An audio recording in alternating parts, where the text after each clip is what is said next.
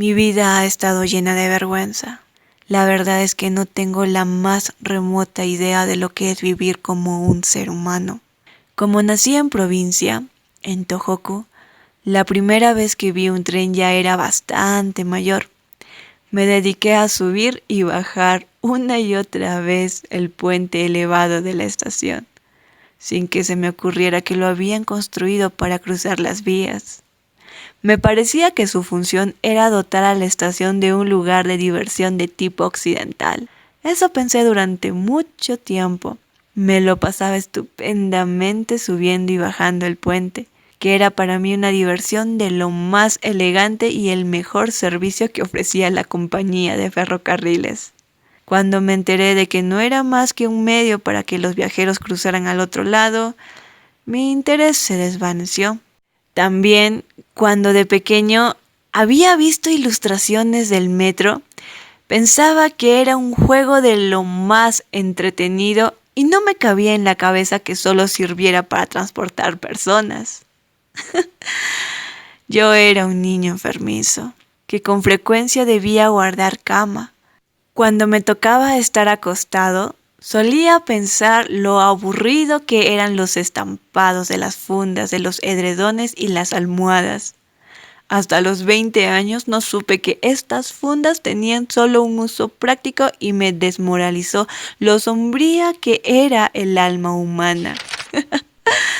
También nunca he sabido lo que significa tener hambre. No quiero decir con esta afirmación que fui criado en una familia acomodada.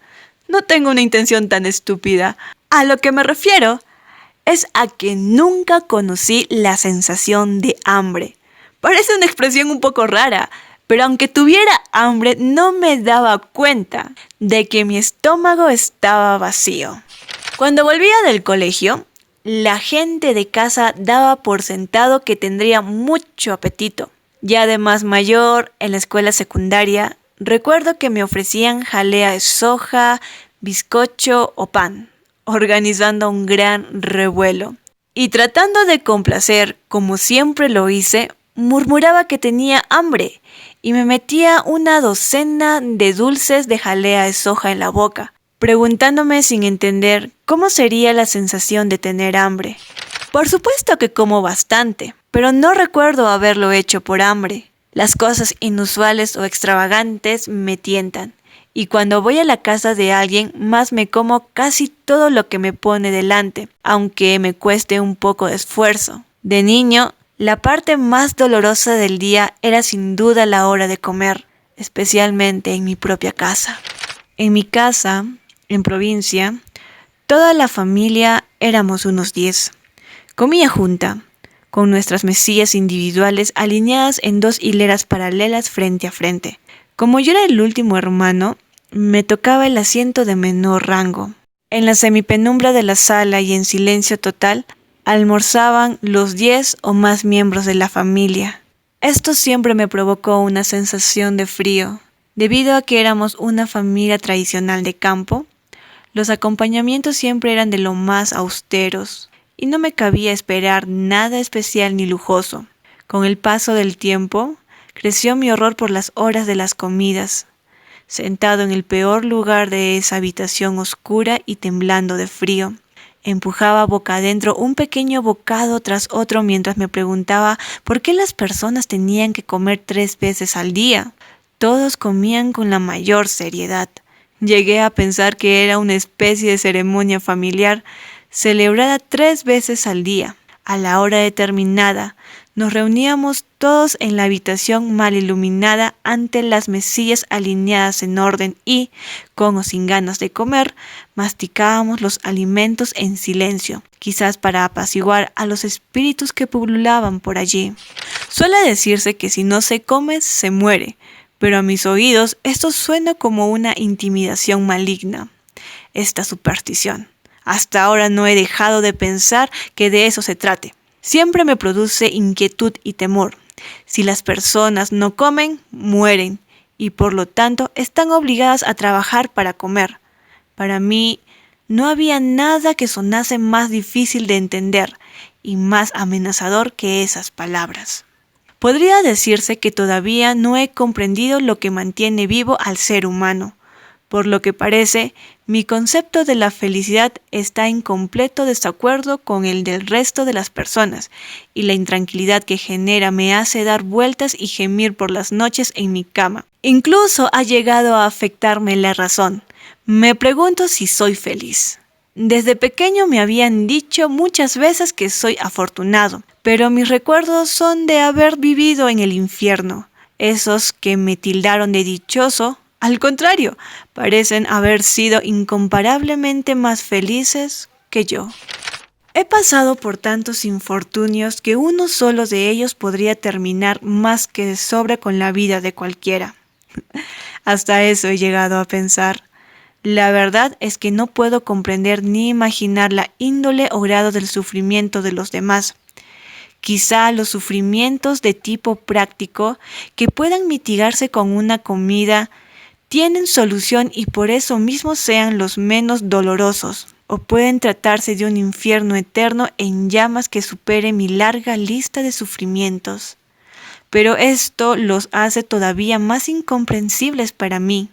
Mas, si pueden seguir viviendo sin matar o volverse locos, interesados por los partidos políticos y sin perder la esperanza, ¿se puede llamar a esto sufrimiento? Con su egoísmo, convencidos de que así deben ser las cosas, sin haber dudado jamás de sí mismos, si este es el caso, el sufrimiento es muy llevadero.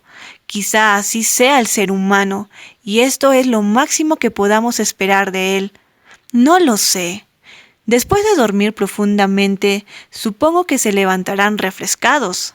¿Qué sueños tendrán? ¿Qué pensarán cuando caminan por la calle? ¿En dinero? No puede ser solo esto. Creo recordar haber oído la teoría de que el ser humano vive para comer, pero nunca he escuchado a nadie decir que viviera para ganar dinero.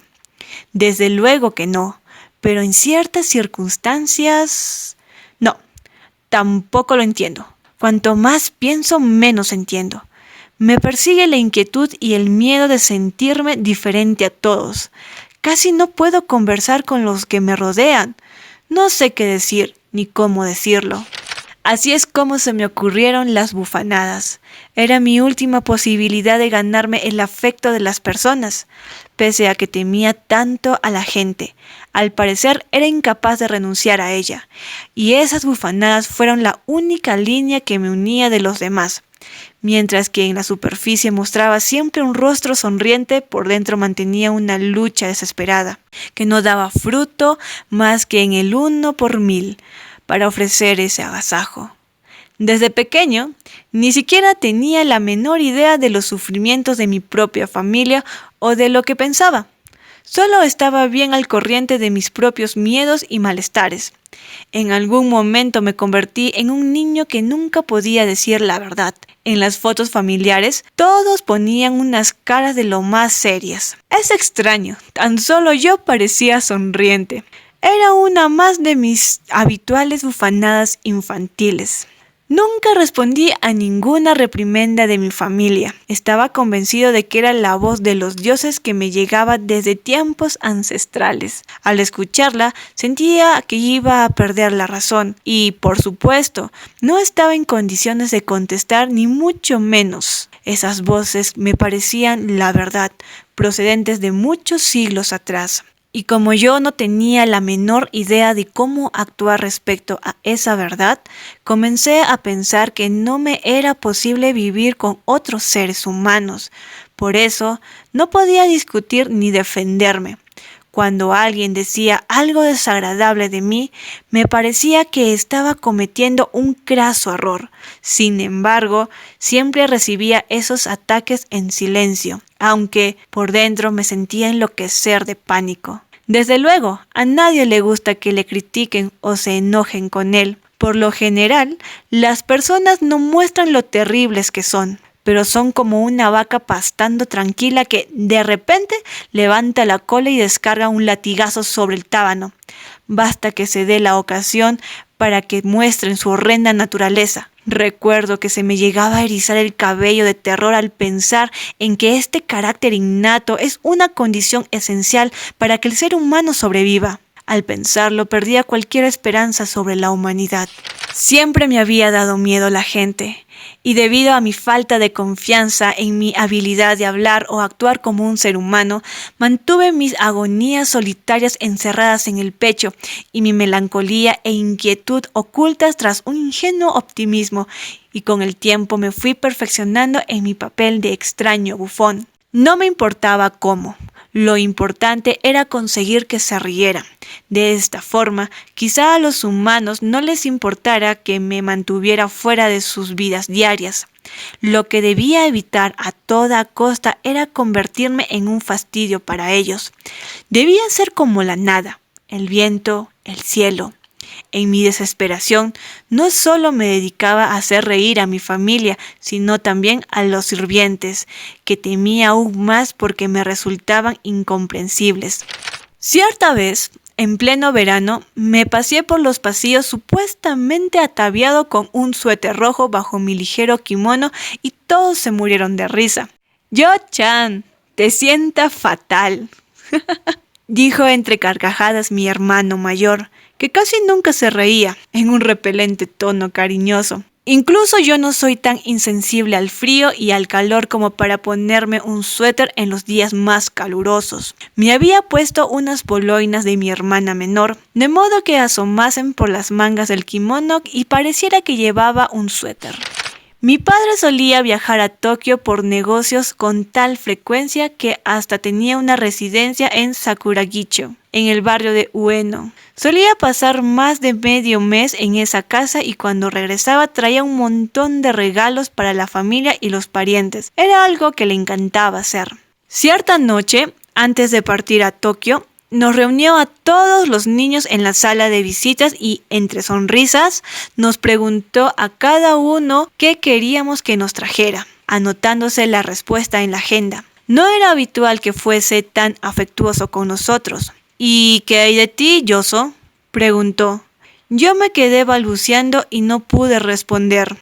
Como me preguntó de repente qué quería, lo primero que se me ocurrió es que no quería nada.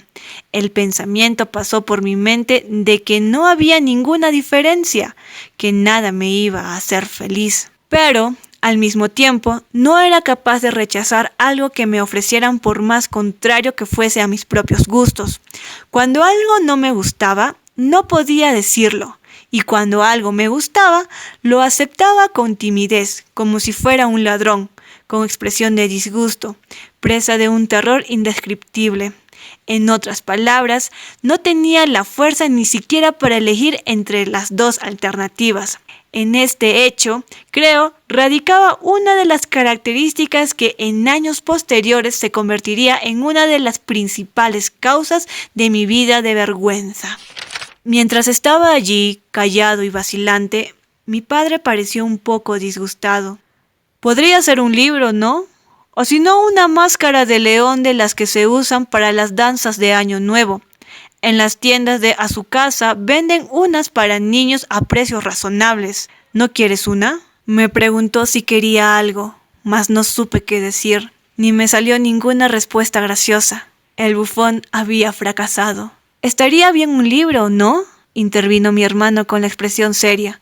«¿Ah, sí?», dijo mi padre con la ilusión totalmente desvanecida del rostro y cerró bruscamente la agenda sin tomarse la molestia de anotar nada. Vaya desastre. Había causado que mi padre se enojara y seguro que debía temer su venganza. Tenía que hacer algo antes de que fuese demasiado tarde. Esa noche, temblando bajo el edredón, me devané los sesos para encontrar una solución. Al final me levanté, entré a la sala de visitas, abrí el cajón del escritorio donde mi padre guardaba la agenda, la abrí y pasé las páginas hasta encontrar dónde tenía anotado los pedidos de los regalos. Lamí la punta de un lápiz y con letras grandes escribí «Máscara de león» y volví a la cama.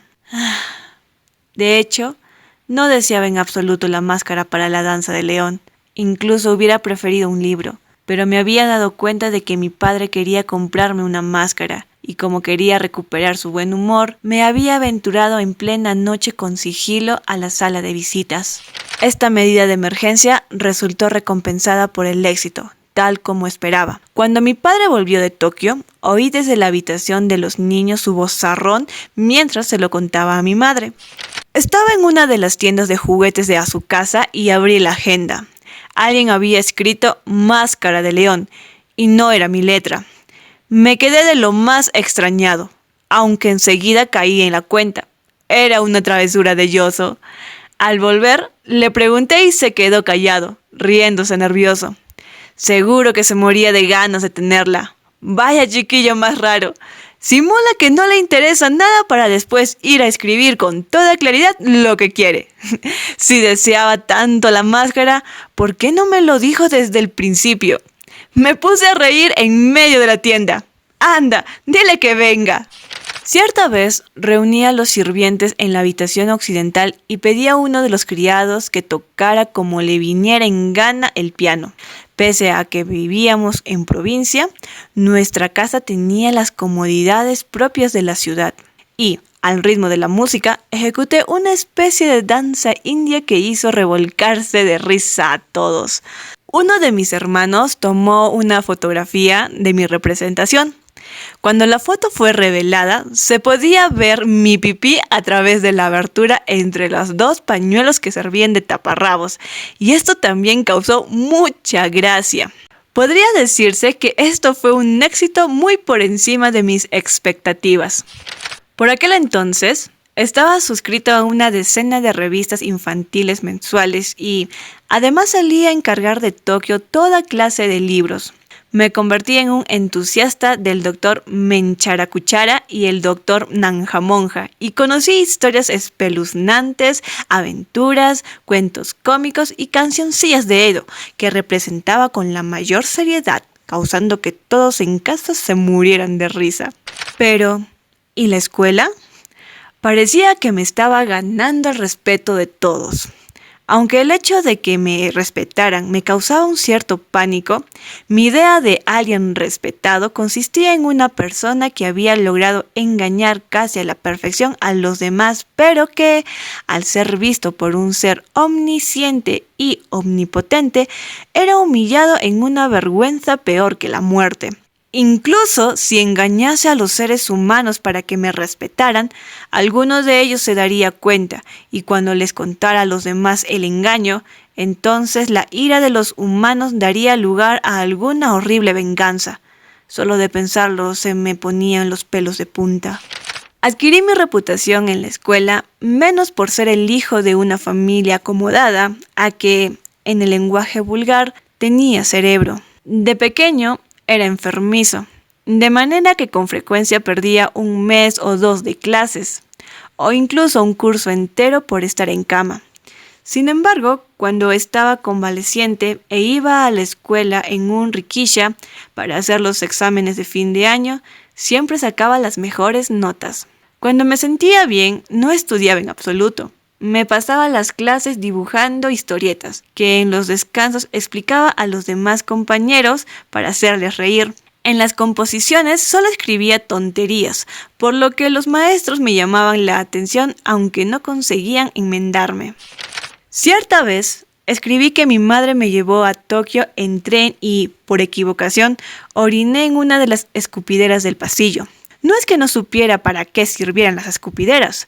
Lo que ocurrió es que me hice el inocente. Sabía que el maestro lo iba a encontrar divertidísimo, por lo que le seguí sigilosamente en su camino a la sala de profesores. Vi que sacaba mi composición entre las varias clases y se lo leía por el pasillo sin poder contener la risa. Al llegar a la sala de profesores y terminar la lectura, estalló en tremendas carcajadas, poniéndose colorado como un tomate, y se la pasó a los demás maestros. Me sentía satisfecho a más no poder. ¡Qué travieso! Había conseguido que me tomaran como un niño travieso. Había evitado con éxito que me respetaran. Siempre sacaba sobresaliente en todo, excepto en conducta, donde no lograba más que un aprobado, lo que, a su vez, causaba gran regocijo a mi familia. Sin embargo, mi verdadero carácter era completamente opuesto al de un niño travieso. Por aquel entonces, los criados ya me habían enseñado algo lamentable. Me habían hecho perder la castidad. Incluso ahora pienso que hacerle eso a un niño es el más perverso y cruel de todos los delitos, pero no se lo conté a nadie.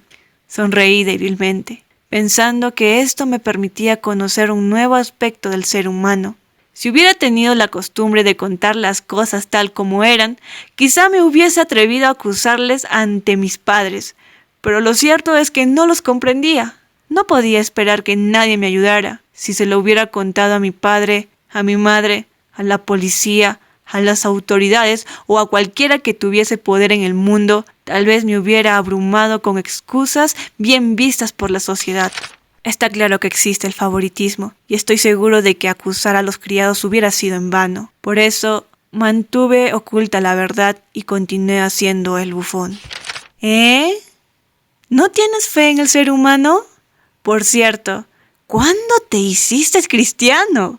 Quizá alguien me pregunte burlándose, pero no creo que la desconfianza en el ser humano tenga que surgir por motivos religiosos. ¿No es cierto que estas personas, incluidas las que se burlan de mí, viven tan tranquilas en la mutua desconfianza sin que la existencia de Dios se les pase por la cabeza? Esto ocurrió cuando era pequeño. Un político muy conocido del partido al que pertenecía mi padre vino a nuestro barrio para pronunciar un discurso. Los sirvientes me acompañaron al teatro donde iba a celebrarse la reunión. La sala estaba abarrotada y la mayoría de los presentes, conocidos de mi padre, aplaudieron con entusiasmo. Cuando terminó el discurso, los asistentes salieron en grupos de 3 o 5 a la calle nevada ya oscura echando pestes. Algunas voces eran de amigos particularmente cercanos a mi padre. Comentaban que mi padre había sido de lo más torpe al presentar al político y que no hubo modo de comprender el discurso de este. Sin embargo, una vez en la sala de visitas de nuestra casa, dijeron con genuina alegría en el rostro que el discurso había sido un auténtico éxito. Cuando mi madre preguntó a los sirvientes qué tal había sido ese discurso, repusieron con la mayor frescura que había sido muy interesante, mientras que, en realidad, en el camino de vuelta no habían parado de refunfuñar, diciendo que lo más aburrido en el mundo era un discurso de un político. Pero esto no es más que un pequeño ejemplo.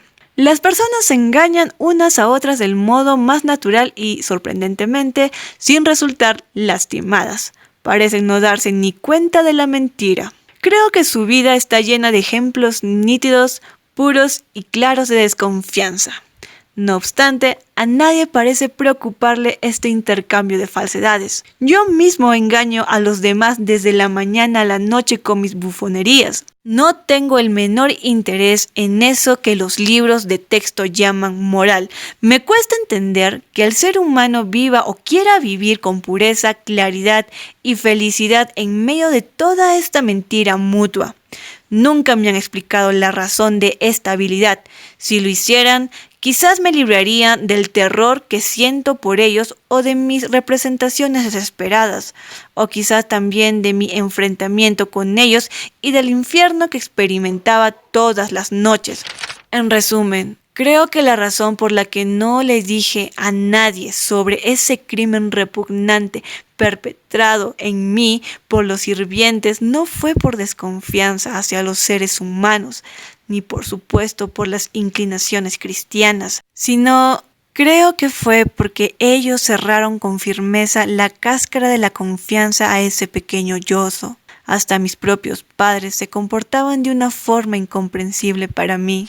Años después, muchas mujeres fueron capaces de detectar el olor de la soledad que nunca había mostrado a nadie, y me da la impresión de que esta fue la causa de que abusaran de mí. De hecho, las mujeres me consideraron un hombre capaz de guardar un secreto de amor.